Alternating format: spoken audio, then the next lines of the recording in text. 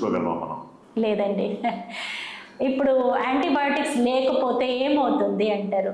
మన modern medicine ఎంతో leaps and bounds అంటారు, అంటే ఎంతో అభివృద్ధి చెందింది.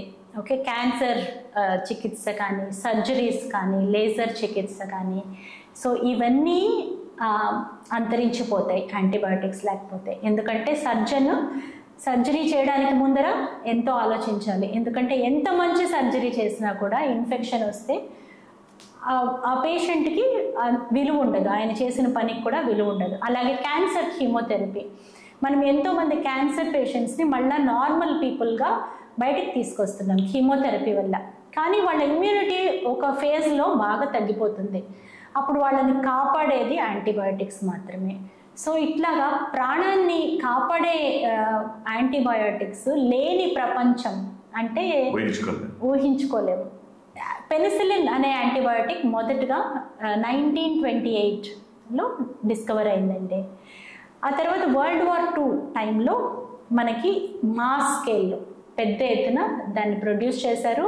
అలాగే అది ఎంతోమంది ప్రాణాలని కాపాడింది World War II టైంలో. ఆ తర్వాత మనకి ఎన్నో యాంటీబయాటిక్స్ అందుబాటులోకి వచ్చాయి. ఇప్పుడు AMR మహమ్మారి వల్ల మనకి ప్రీ పెనిసిలిన్ ఈరా, అంటే యాంటీబయాటిక్స్ లేని ఈరాలో మనం వెళ్ళబోతున్నామని చాలా హెచ్చరికలు WHO కానివ్వండి, ఇంకా వేరే ఇంటర్నేషనల్ ఆర్గనైజేషన్స్ అన్నీ హెచ్చరిస్తున్నాయి. కాబట్టి మనము యాక్షన్ తీసుకునే టైము ఇప్పుడు. సామూహికంగా ఎవరు తీసుకోవాలి యాక్షన్? ప్రభుత్వాలు మాత్రమే తీసుకుంటే సరిపోతుందా? అందరం తీసుకోవాలి. కమ్యూనిటీస్ అవేర్నెస్తో, ఈ అవేర్నెస్ అనేది కమ్యూనిటీలో స్ప్రెడ్ అవ్వాలి. ఇండివిజువల్ లెవెల్లో జాగ్రత్తలు తీసుకోవాలి.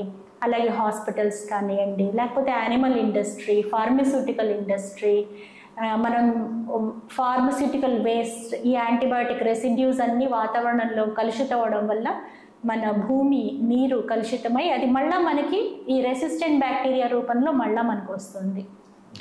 సో వీటన్నిటిలో కూడా చర్యలు తీసుకుంటే మనం యాంటీబయాటిక్ రెసిస్టెన్స్ అన్నది చాలా వరకు నియంత్రించవచ్చు.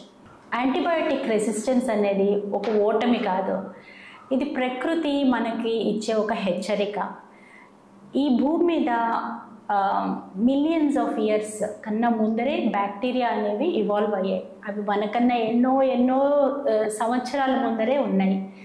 కాబట్టి మనతో సహజీవనం చేస్తున్నాయి ఎన్నో కోట్ల బ్యాక్టీరియా, వైరస్లు, పారాసైట్స్ మన శరీరంలో భాగంగా, మన చర్మం మీద, మన గట్లో, ఆ తర్వాత మన ఓరల్ ఫ్లోరాగా మనతో సహజీవనం చేస్తున్నాయి.